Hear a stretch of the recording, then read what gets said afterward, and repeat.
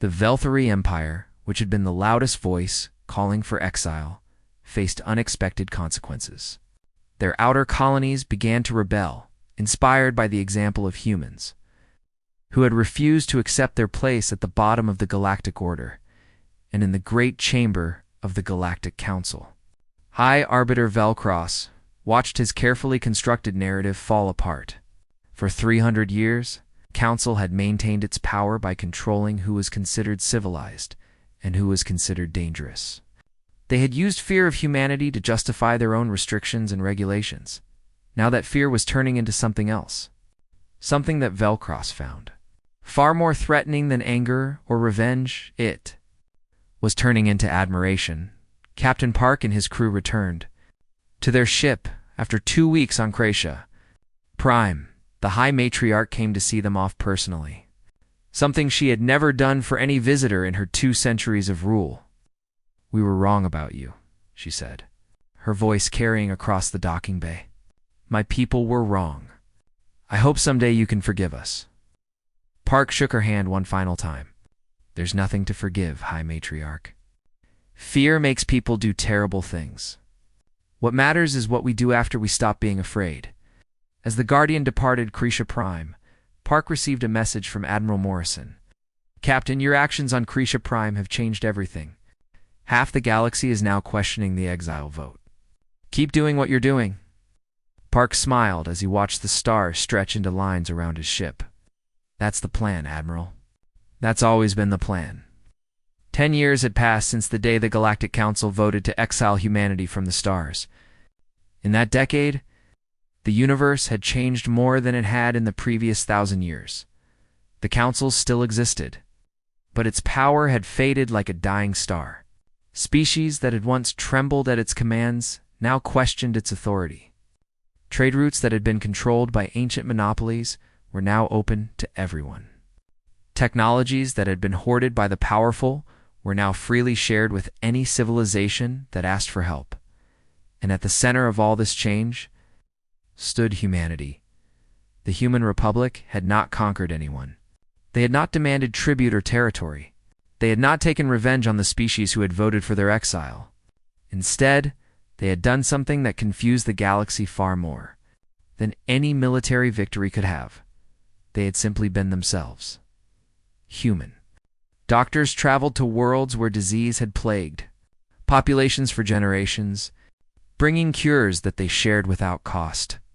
Human engineers helped build infrastructure on planets that had been neglected by the Council for centuries. Human teachers opened schools where anyone could learn, regardless of their species or status, and everywhere they went, they asked only one thing in return: that the people they helped treat others with the same kindness. On Earth, a new generation was growing up without the weight of exile. Children born after the departure had never known what it meant to be second-class citizens of a galaxy that despised them. They looked up at the stars not with fear or resentment, but with wonder and excitement. In a small park in what used to be called San Francisco, an elderly woman sat on a bench watching children play. Her gray hair was thin now, and her body showed the marks of a long and difficult life. But her eyes were still sharp, still filled with the same fire that had burned in them on the day she walked out of the council chamber. Admiral Linda Morrison, retired now but never forgotten, smiled as she watched a human child teaching an alien visitor how to throw a ball. Danny Orozco sat beside her, his own hair white now, his face lined with age. He had served with her for 40 years, from the darkest days of exile to the brightest days of triumph. "Do you ever think about what would have happened if they hadn't voted to exile us?" he asked. Linda considered the question for a long moment. It was one she had been asked many times over the years by journalists and historians and curious children. Her answer had evolved as she had grown older and perhaps wiser. "We would have stayed," she said finally. "We would have kept accepting their scraps, kept begging for their approval, kept pretending that being allowed to exist in their shadow was the same as being truly alive. And now..." Linda looked up at the sky, where a human starship was cruising silently overhead, its hull gleaming in the afternoon sun. "Now we're building things they never imagined. Not to prove anything to them, not to get revenge. just because it's who we are. We're explorers, creators, dreamers. We refuse to accept limits, even the ones others try to put on us. A young girl ran up to the bench, breathless with excitement. She was perhaps 8 years old, with dark hair and bright eyes that reminded Linda of herself at that age. Admiral Morrison. Admiral Morrison, is it true that you were there when they voted to exile us? Is it true that you walked out of the council chamber without saying anything? Linda laughed, a sound that still carried strength, despite her years. I said one word, actually. They asked if I had anything to say, and I said no. Why? The girl asked, her eyes wide with curiosity. Because sometimes the best response to cruelty is dignity. They expected me to beg. They expected me to cry. They expected me to confirm every terrible thing they believed about humans. Instead, I walked out with my head held high, and it confused them more than any argument could have. The girl thought about this for a moment. Were you scared? Terrified, Linda admitted. But being brave doesn't mean not being scared. It means being scared and doing the right thing anyway. The girl nodded seriously, as if storing this wisdom away for future use. Then she ran off to rejoin her friends, leaving Linda and Danny alone again, on the former council station of Calvoria. Where the exile vote had been cast a decade earlier, a ceremony was taking place. The great chamber that had once been filled with species celebrating humanity's banishment was now decorated with flags from 100 worlds. High Arbiter Velcross, ancient and frail but still alive, stood at the podium where he had once announced the exile. This time, he was reading a very different document. On behalf of the Galactic Council, he said, his voice thin but steady, I hereby acknowledge that Resolution 7291 was a mistake. We acted out of fear, not wisdom. We punished an entire species for crimes that were, in many cases, not crimes at all. He paused, gathering his strength. We offer no excuses. We ask no forgiveness. We simply state for the record of history that we were wrong. Humanity did not deserve exile. They deserved what every species deserves, the chance to prove themselves on their own terms. Captain Henry Park, now an admiral himself, sat beside High Matriarch Thesix of the Krishon Collective. They had become unlikely friends over the years, their bond forged in the rubble of the breeding chambers he had helped save. Does it change anything? Thesix asked quietly. This apology? Park shook his head. Not really. We stopped needing their approval a long time ago. But it matters that they're willing to admit they were wrong. That's the first step toward real change. After the ceremony, a new plaque was unveiled in the chamber. It bore a simple inscription in Galactic Common. Humanity was asked to leave. They did not hesitate. They also did not forget how to come back. May this serve as a reminder that exile is not the same as erasure, and that the measure of a species is not in how they beg for acceptance, but in how they rise when rejected. Back on Earth, as the sun set over San Francisco, Linda Morrison stood up slowly from her bench. Danny offered his arm, and she took it gratefully. Where to now? He asked. Linda looked at the stars beginning to appear in the darkening sky. Somewhere up there, human ships were exploring galaxies that had never been touched by any known civilization. Somewhere up there, human scientists were discovering things that would reshape the understanding of the universe. Somewhere up there, the children of Earth were building a future that no one could have imagined on that terrible day when the galaxy had tried to throw them away. She said simply, I think I'd like to go home. As they walked slowly through the park, a young boy ran past them, chasing a glowing ball that drifted through the air on currents of gravity that human technology had learned to control. He was laughing, pure and joyful. Without any of the weight that Linda's generation had carried, that was the real victory, she realized. Not the technology. Not the recognition. Not even the apology from the council. The real victory was that boy, laughing without fear, dreaming without limits, looking at the stars and seeing only possibilities. The galaxy had voted to exile Earth.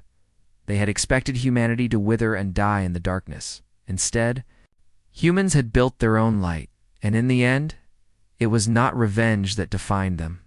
It was not anger or bitterness or the desire to prove everyone wrong. It was something the Council had never understood and could never measure. The stubborn, relentless, beautiful human refusal to give up. The stars had never looked brighter, and the best was yet to come. Linda Morrison looked up one last time at the universe that had tried so hard to reject her species.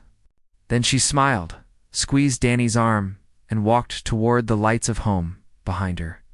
The stars continued their eternal dance, witnesses to the rise of a species that had refused to accept the verdict of a galaxy that had never really known them at all. Humanity had been exiled. Humanity had returned. And now, finally, humanity was free. Asteroid belt. They were wrong. For 50 years, we have been preparing for this moment. Not because we planned to rebel, but because we knew this day would come. They never trusted us. They never accepted us. And deep down, we always knew that eventually they would show us the door. In a hidden laboratory on the dark side of the moon, Dr. Nina Vasquez stood before a machine that should not have existed. The Galactic Council had declared certain technologies too dangerous for what they called primitive species. Faster-than-light travel without their licensed gates, energy weapons that could destroy planets, shields that could withstand any known attack. Humans had been forbidden from even researching these technologies. The punishment for violation was immediate destruction of the offending species. But now, there was no council watching. No alien inspectors checking their laboratories. No satellite networks monitoring their every experiment. "Begin the test," Nina said. Her team activated the engine. For a moment, nothing happened. Then the fabric of space itself seemed to tear open like a wound, revealing a tunnel of swirling light that led to somewhere else entirely. Nina Vasquez, a woman who had spent her entire career pretending to be less intelligent than she was, finally allowed herself to smile. "Send the message to Geneva," she said. "Tell them it works." Across the solar system, similar messages were being sent. Human engineers had cracked the secrets of technologies that had taken other species millions of years to develop. They had done it in 50 years, working in secret, hiding their progress from the very allies they had once trusted. The Council had made a critical mistake. They had assumed that because humans were young, they were also stupid. They had shared just enough technology to make humanity dependent, but not enough to make them a threat. They had never imagined that humans would learn by watching, by stealing, by taking apart every piece of alien equipment they could get their hands on Earth. Factories that had once produced consumer goods were converted overnight. The same assembly lines that had made televisions and automobiles now produced weapons and starship components. Every human with technical skills was drafted into the effort. Every resource was redirected toward a single goal. Not revenge. Not yet. First came survival. First came strength. In a small apartment in what used to be Tokyo, a young engineer named Kevin Nakamura worked through the night. He had been assigned to improve the efficiency of the new shield generators. His wife, Maria, brought him coffee and watched him work. "Do you think we're doing the right thing?" she asked. Kevin looked up from his calculations. "What do you mean? Building all these weapons? All these warships? Isn't that exactly what they were afraid of? That we would become dangerous?" Kevin thought about this for a long moment. "They were afraid of us before we had any weapons. They were afraid of us when we came to them with open hands, asking only to learn and trade. They were afraid of us because we reminded them of themselves back when they were young and hungry and refused to accept their place in the universe." He returned to his work. "They made us dangerous. They had 300 years to treat us as equals, and they chose fear instead. Now they get to live with the consequences." Meanwhile, the Galactic Council celebrated their victory. The Velthari expanded into territories they had long desired. The Crescent Collective announced a new breeding cycle, confident that the human threat had been eliminated. High Arbiter Velcross received awards and honors from a dozen species for his wise handling of the human problem. None of them noticed that Earth had gone dark. The satellites they had, placed in orbit around the human homeworld, reported nothing. No transmissions. No signals. No signs of life. The Council had expected humans to broadcast their desperation, to beg for reconsideration, to send messages of surrender. Instead, there was only silence. Perhaps they destroyed themselves, one council member suggested during a routine meeting. Humans were always emotionally unstable. Perhaps they are simply accepting their fate, another replied.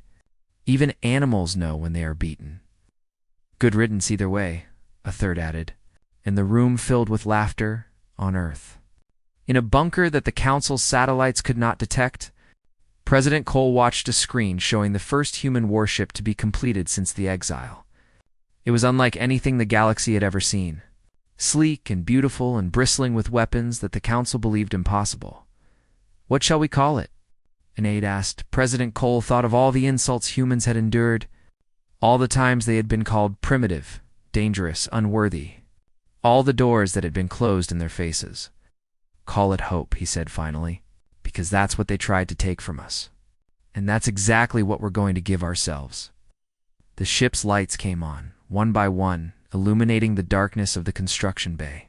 Around it, 100 more ships were being built, and beyond them, 1,000 more were planned. The galaxy had voted to exile humanity. They had expected it to be an ending. They did not understand that for humans it was only the beginning. 5 years passed in the galaxy, and most species forgot that humans had ever existed. The Galactic Council continued its business without interruption. Trade routes flourished. New alliances were formed. Old conflicts were settled. The exile of humanity became a footnote in history books. A warning tale told 2 young species about what happened to those who could not control their primitive impulses. Then the first ship appeared. Border Station Kelvax. Prime was a busy trading hub that marked the edge of Council space. Thousands of ships passed through its sensors every day. The station commander, a Veltheri named Kess, had seen vessels from every known civilization. He thought nothing in the universe could surprise him anymore. He was wrong. The ship emerged from empty space without warning. There was no hyperspace gate nearby. There was no known technology that could travel faster than light without using the Council's licensed systems. And yet, there it was, a sleek, silver vessel that seemed to absorb light rather than reflect it. Unknown vessel, identify yourself, Kess demanded over the communication channel. His voice cracked slightly, though he would never admit it. You are in violation of Galactic Council travel regulations. The response came in perfect galactic common, spoken with a tone that Kess could only describe as politely amused. This is the exploration vessel Horizon, representing the Human Republic. We request permission to dock and establish diplomatic contact. Kess felt his exoskeleton go cold. Humans. The word alone sent a chill through his body. He had been a young officer when the exile vote was cast. He remembered the celebrations afterward, the relief that the human threat had been eliminated forever. Humans are exiled from Council space, he said, trying to keep his voice steady. You have no right to be here. Turn back immediately or face consequences. There was a brief pause. Then the human voice returned, still polite, still calm. With respect, Commander, we did not ask for permission to exist. We are simply informing you that we are here. You may grant us docking permission or not. Either way, we will complete our survey and move on. We have no quarrel with you. Not yet. Kess stared at his sensors. The human ship was doing something impossible. It was scanning his entire station, layer by layer, with technology that his systems could not even identify. Within seconds, the humans knew everything about Kelvax Prime, its defenses, its population, its structural weaknesses, and they had done it without even trying to hide what they were doing. This is an act of aggression, Kess said weakly. No, Commander. This is an introduction. The Human Republic sends its greetings to the Galactic Council. We hope that future interactions will be more pleasant than past ones. The ship vanished. One moment it was there, the next it was gone, leaving behind only a fading energy signature that Kess's scientists would spend weeks trying to analyze within hours. Kess's report was transmitted to the Council headquarters. Within days, similar reports were arriving from stations across Council space. Human ships were appearing everywhere, always polite, always calm, always demonstrating technology that should have been impossible. They never attacked first. They never threatened directly. They simply observed, scanned, and departed, leaving behind confused and frightened alien commanders. High Arbiter Velcross convened an emergency session of the Council. The great chamber that had once celebrated humanity's exile was now filled with fear and confusion. "How is this possible?" demanded the Crescent representative. "We monitored Earth for 5 years. There were no transmissions, no signs of development. They should be extinct by now." "They fooled us," Velcross admitted, his old body trembling slightly. "They went silent on purpose. They developed their technology in secret, and we never suspected because we assumed they were incapable of such deception." "What do they want?" asked a Velthari general. "Revenge? Conquest." As if in answer, a holographic message began playing in the center of the chamber. A human face appeared, older now, but instantly recognizable to those who remembered the exile vote. "Greetings to the Galactic Council," said Linda Morrison, now wearing the uniform of an admiral. "I hope this message finds you well. As you may have noticed, the Human Republic has developed certain capabilities that were previously denied to us. We are not here to conquer. We are not here to destroy. We are simply here to take." The great chamber of the Galactic Council had never been so quiet. Over 400 different alien species filled the massive room, their bodies pressed together in seats made of crystal and light. Some had scales, others had fur, and many had shapes that human eyes could barely understand. They had all come to this place called Station, Calvoria, to witness something that had been building for centuries. At the center of the room stood 3 humans. They looked very small compared to the massive aliens around them. Ambassador Linda Morrison stood in front, her gray hair tied back in a simple knot. She was 62 years old and had spent the last 8 years of her life trying to convince the galaxy that humans deserved a place among the stars. Behind her stood Danny Orozco, her young assistant, who was barely 30, and Pete Lawson, their security chief, whose face showed the marks of 100 difficult missions. High Arbiter. Velcross raised his ceremonial staff. He was an insectoid creature, tall and thin, with clicking mandibles and eyes that reflected light like broken mirrors. His species had created the Galactic Council 12,000 years ago, long before humans had learned to make fire. "The vote has been counted," Velcross announced. His real voice was a series of clicks and hisses, but the translator machines made his words clear to everyone. 387 civilizations have voted yes. 42 have voted no. 11 have chosen not to vote. Linda Morrison did not move. She had known this was coming for weeks. Resolution 7291 passes, Velcross continued. "Humanity is hereby exiled from all Galactic Council space. All trade agreements are canceled. All travel permissions are removed. All diplomatic protections are ended.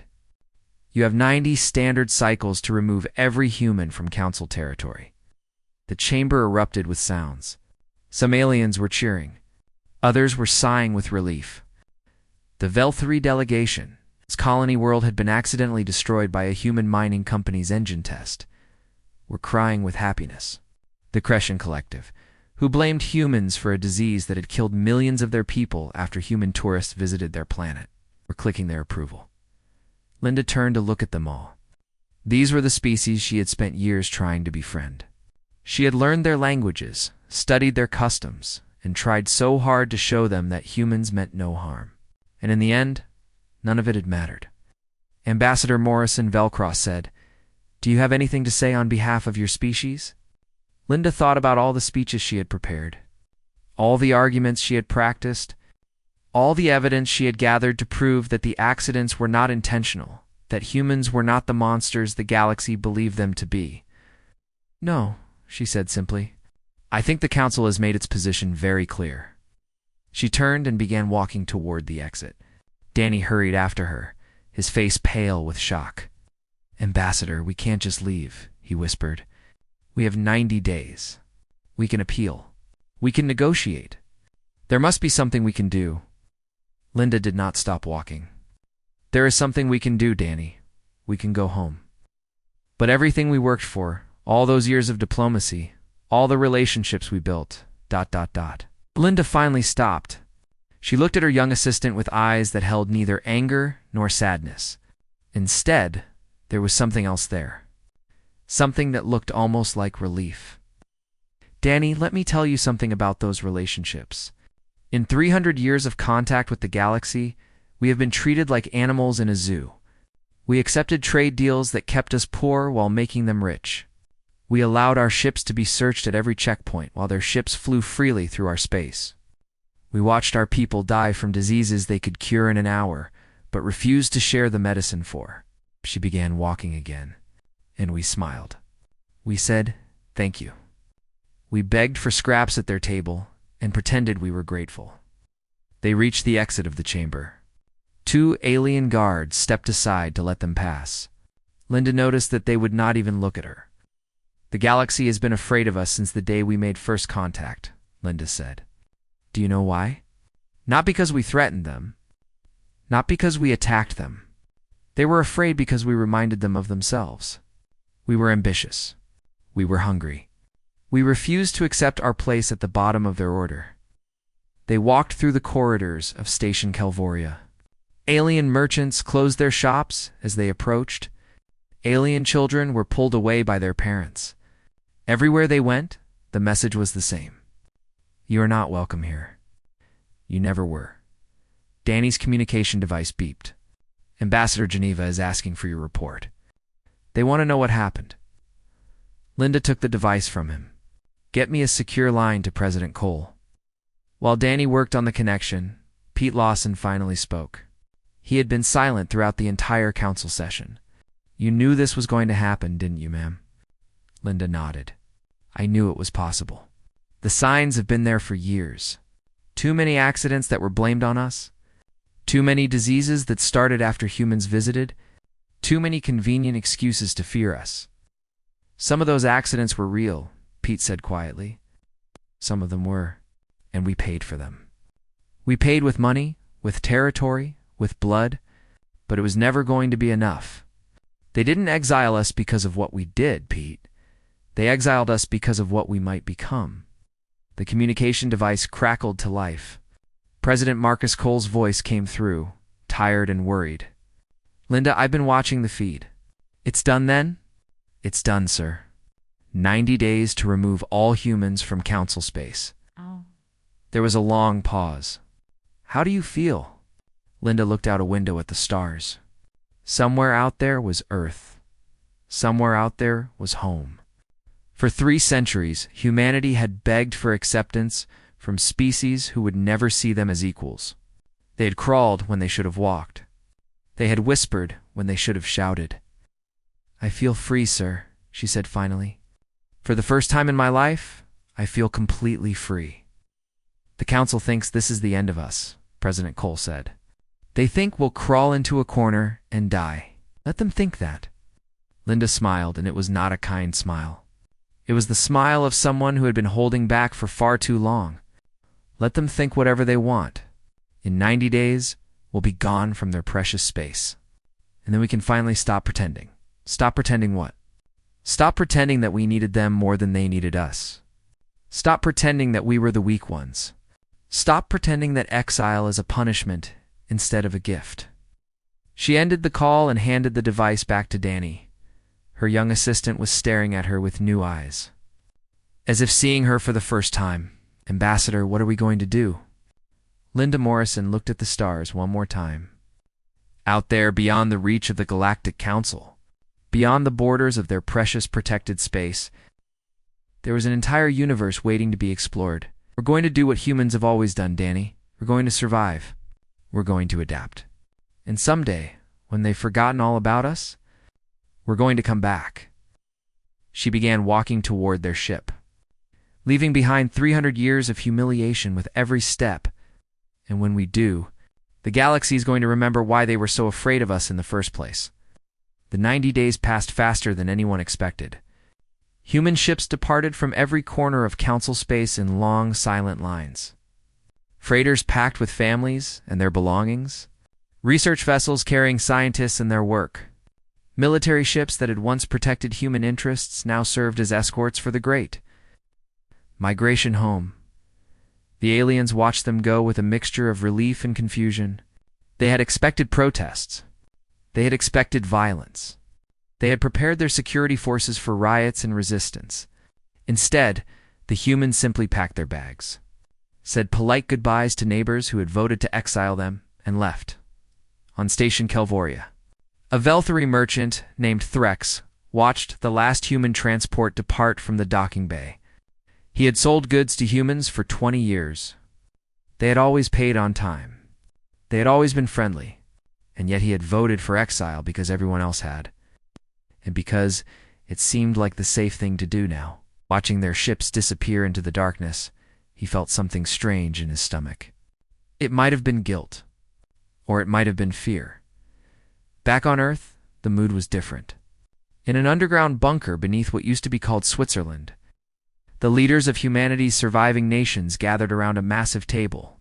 President Marcus Cole stood at the head, his dark skin gleaming under the harsh lights. For 300 years, we have been beggars, he said. His voice was calm, but heavy with emotion. We accepted their technology with grateful hands, while they refused to teach us how to build it ourselves. We traded our raw materials for their finished products at prices that kept us in permanent debt. We watched them cure diseases in minutes that killed our children and ours. He looked around the room at generals, scientists, and diplomats. Some were old and tired. Others were young and angry. All of them shared the same burning question in their eyes. What now? The Galactic Council believed they were punishing us, President Cole continued. They thought exile would break us. They thought we would wither and die in the darkness of our own solar system. He pressed a button, and a holographic image appeared above the table. It showed a network of secret facilities scattered across Earth, the Moon, Mars, and TH. Our rightful place among the stars. She paused, letting her words sink in. You voted to exile us because you were afraid of what we might become. I want to thank you for that. Your fear forced us to become stronger than we ever imagined possible. Your rejection taught us that we could only rely on ourselves. Your cruelty showed us exactly what kind of galaxy we were dealing with. The chamber was absolutely silent. We bear no grudge against the species who voted against us. We understand that fear is a powerful motivator. But we also want to make something very clear. We will never again ask for permission to exist. We will never again beg for scraps at your table. We will never again accept being treated as second-class citizens of a galaxy that despises us. Admiral Morrison leaned forward, her eyes seeming to stare directly into the soul of every alien watching. The human republic is here to stay.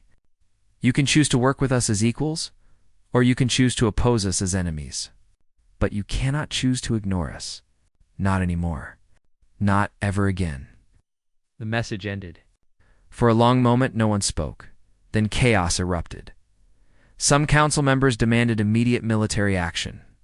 Others argued for diplomacy. The Velthari called for evacuation of border worlds. The Crescent suggested surrender. Ancient alliances crumbled as species accused each other of failing to stop the humans while there was still time in the midst of it all. Velcross sat in his chair, feeling the weight of his years pressing down on him. He remembered the exile vote. He remembered how confident everyone had been. He remembered thinking that they were solving a problem forever. Now he understood the terrible truth. They had not solved anything. They had only delayed the inevitable while making it infinitely worse. Somewhere in the darkness between stars, Admiral Linda Morrison stood on the bridge of her flagship, watching reports stream in from across the galaxy. Her ships were everywhere now, a presence that could not be ignored or denied. Danny Orozco, now her chief communications officer, approached with a tablet. Admiral, the Council has requested a formal meeting. They want to discuss terms. Linda smiled, but there was no warmth in it. Tell them we'll consider their request. After all, we wouldn't want to seem rude. She turned back to the stars. Somewhere out there, the galaxy was finally learning what humanity had always known about itself. They were not animals to be caged. They were not children to be managed. They were not a problem to be solved. They were humans. And they had finally come home. The galaxy had expected war. Every species was preparing for the day when human warships would descend upon their worlds, seeking revenge for 300 years of humiliation. Military budgets exploded. Defense systems were upgraded. Alliance treaties were hastily signed and resigned as civilizations scrambled to protect themselves from the threat they had created. But the attack never came. Instead, something far more confusing happened.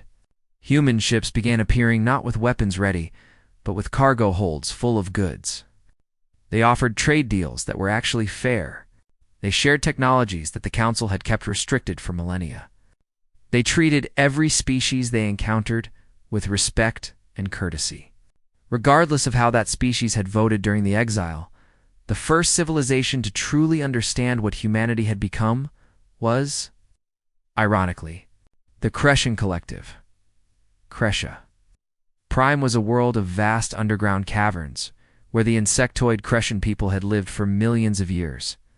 Their most sacred spaces were the breeding chambers, massive structures deep beneath the surface, where nearly 80% of their species' offspring were born and raised. When the earthquakes began, no one understood how bad things would get. The tectonic plates beneath Crescia Prime had been stable for 10,000 years. No one had prepared for what happened when they suddenly shifted. Within days, the breeding chambers began to collapse. Millions of Crescent children were trapped underground, their air supplies running low, their caretakers unable to reach them. The High Matriarch, an ancient female named Desix, who had ruled the collective for 2 centuries, sent desperate pleas for help to the Galactic Council. The response was immediate but discouraging. Relief ships will arrive in 3 to 5 standard cycles, the Council Administrator told her. We must coordinate the effort with multiple species to ensure proper protocols are followed. Yes. Desix felt her heart break. 3 to 5 cycles. Her children would be dead in 2. Is there no one closer? She begged. Anyone who can help now? The administrator's response was cold and bureaucratic. The nearest non-council vessel is a human ship approximately 4 hours from your position. However, I would strongly advise against requesting their assistance. Humans are unpredictable and potentially dangerous. Desix ended the communication and sat in silence. The Crescent had voted for human exile. They had blamed humans for the plague that had killed so many of their people. Even though later investigation had shown the disease was caused by a natural mutation, they had celebrated when the exile passed, believing themselves finally safe from the human threat. And now humans were the only ones who could save their children. The High Matriarch made the hardest decision of her life. She opened a communication channel to the human ship. Human vessel, this is Crescia Prime. We are experiencing a catastrophic emergency. Our breeding chambers are collapsing. Millions of our children will die without immediate assistance. Her voice broke. We are requesting your help. The response came within seconds. Crescia Prime, this is Captain Henry Park of the Human Republic vessel Guardian. We received your distress signal. What do you need? We need geological stabilization equipment, Desix said. We need engineers who can reinforce collapsing structures. We need medical supplies for injured survivors. We need... She stopped, unable to continue. We need everything, she finally admitted. And we have nothing to offer in return. There was a brief pause. Then Captain Park's voice returned, warm and steady. High Matriarch, we're not here to negotiate. We're here to help. My ship will arrive in 4 hours. Have your people ready to show us what needs to be done. The Guardian arrived exactly when Captain Park had promised. It was a massive vessel, far larger than anything the Crescent had expected. Within minutes of docking, human engineers were pouring out in environmental suits, carrying equipment that glowed with unfamiliar energy. Captain. Henry Park was a tall man with kind eyes and gray hair at his temples. He met the High Matriarch at the entrance to the main cavern complex and shook her hand in the human fashion. He said simply, What followed would become legend across the galaxy. Human engineers worked for 72 hours without rest. They deployed technology that Crescent scientists could not understand but could not deny was effective. Massive generators created fields of energy that held the collapsing rocks in place. Drilling machines cut new passages to trap survivors. Medical teams treated the injured while rescue teams pulled children from the rubble. On the third day, when the last child was finally rescued, Captain Park collapsed from exhaustion. He had not slept since arriving on Crescia Prime. Neither had any of his crew. The Crescian medics tried to help him, but he waved them off. "I'm fine," he said weakly. "How many did we lose?" High Matriarch Thesix knelt beside him, her compound eyes wet with tears that her species rarely showed. 12,000 were trapped. Thanks to you, 11,700 survived. You saved almost all of them. 300 still died, Park said, his voice heavy with grief. "I'm sorry we couldn't save them all." Thesix stared at him in disbelief. This human, this member of the species her people had voted to exile, was apologizing for not saving more of her children. He had pushed himself to the point of collapse for strangers who had treated his kind as monsters, and he was sorry that he could not do more. "Why?" she asked finally. "Why did you help us? We voted against you. We blamed you for crimes you did not commit. We celebrated when you were exiled. Why would you risk your lives to save our children?" Captain Park looked up at her, and despite his exhaustion, he managed a small smile. "Because that's who we are," he said. "That's who we've always been. We don't help people because we want something from them. We don't rescue children because of politics or treaties or trade agreements. We help because we can, because it's the right thing to do." He closed his eyes. "Your council never understood that about us. They thought we were dangerous because we were different. They never considered that maybe we were different because we actually cared." When the council relief ships finally arrived 3 days later, they found something that shocked them to their core. Human engineers were sharing meals with Crescian workers. Human doctors were teaching Crescian medics new techniques. Human soldiers were playing games with Crescian children who had been pulled from the rubble, the species who had been declared too dangerous to coexist with, were laughing and singing. With the people who had voted to exile them, word spread across the galaxy faster than any official announcement could have. Other species began to question the stories they had been told. If humans were monsters, why had they saved the Crescian children? If they were primitive destroyers, why were they establishing trade routes that benefited everyone equally?